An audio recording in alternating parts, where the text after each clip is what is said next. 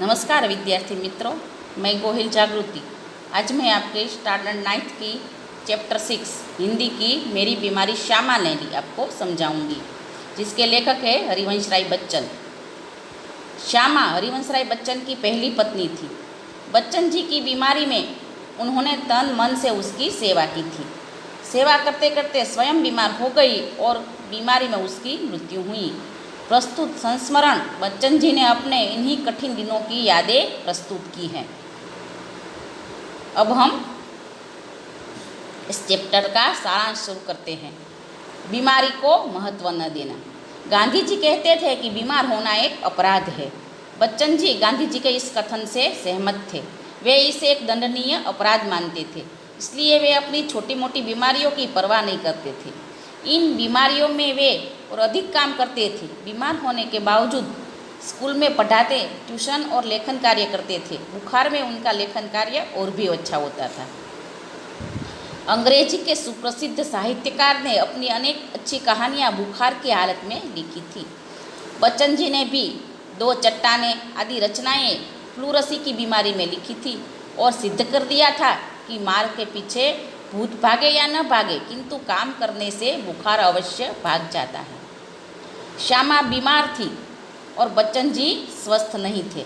ज्वार महीनों से श्यामा का पीछा नहीं छोड़ता था। शायद बच्चन जी की जीवा पर सरस्वती बैठी थी जब उन्होंने कहा था कि श्यामा का बुखार मैं ले जा रहा हूँ। यही बात सच सिद्ध हुई, क्योंकि श्यामा स्वस्थ रहने लगी, किंतु उन्हें बीमार पति की चिंता खाए जा रही थी।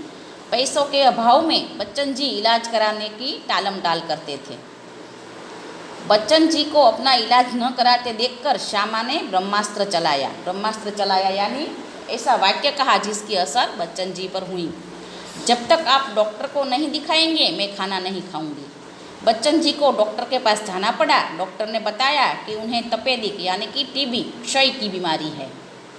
बच्चन जी के पास इलाज के साधन नहीं थे। छोटे भाई शालिग्राम का वेतन परिवार के लिए पर्याप्त नहीं था।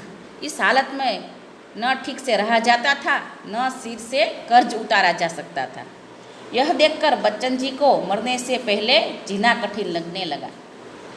पति को तपेदिक होने की बात से श्यामा कांप उठी, किंतु तुरंत संभल गई ताकि उनकी व्यथा पति की व्यथा न बन जाए। बच्चन जी को रोगमुक्त होने के अधिक सोसाइटी की किस्तें अदा करने की चिंता थी। किस्तें यानी पैसे जो उन्हें ब्याज के तौर पर लिए थे। ऋण की नियमित अदायगी उनकी साख जुड़ी हुई थी। साख यानी उनकी कीमत। बच्चन जी मानते थे कि साख जाने से तो मर जाना अच्छा है।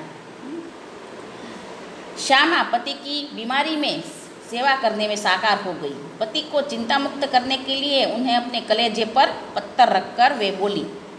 कलेजे पर पत्थर रखना यानी बड़ी हिम्मत से काम करना, यह एक मुहावरा है। कर्ज तो मैं तुम्हारे मरने के बाद भी उतार दूंगी, इसकी चिंता तुम छोड़ो, लेकिन पहले आप स्वस्थ हो जाओ। जब बच्चन जी ने अपने डॉक्टर मुखर्जी से कहा, आपका इलाज बहुत महंगा है, मेरे पास आपके इलाज के लिए पैसे नहीं हैं, तो डॉक्टर ने मुंहफट स्वभाव के अनुसार कह दिया। मुंहफट स्वभाव यानी गुस्से से मन में जो भी आए वह बोल देना। पैसे नहीं है तो मर जाओ। डॉक्टर मुखर्जी का यह कथन बच्चन जी को चुनौती के समान लगा। परेशानियों के बावजूद वे निराश नहीं हुए।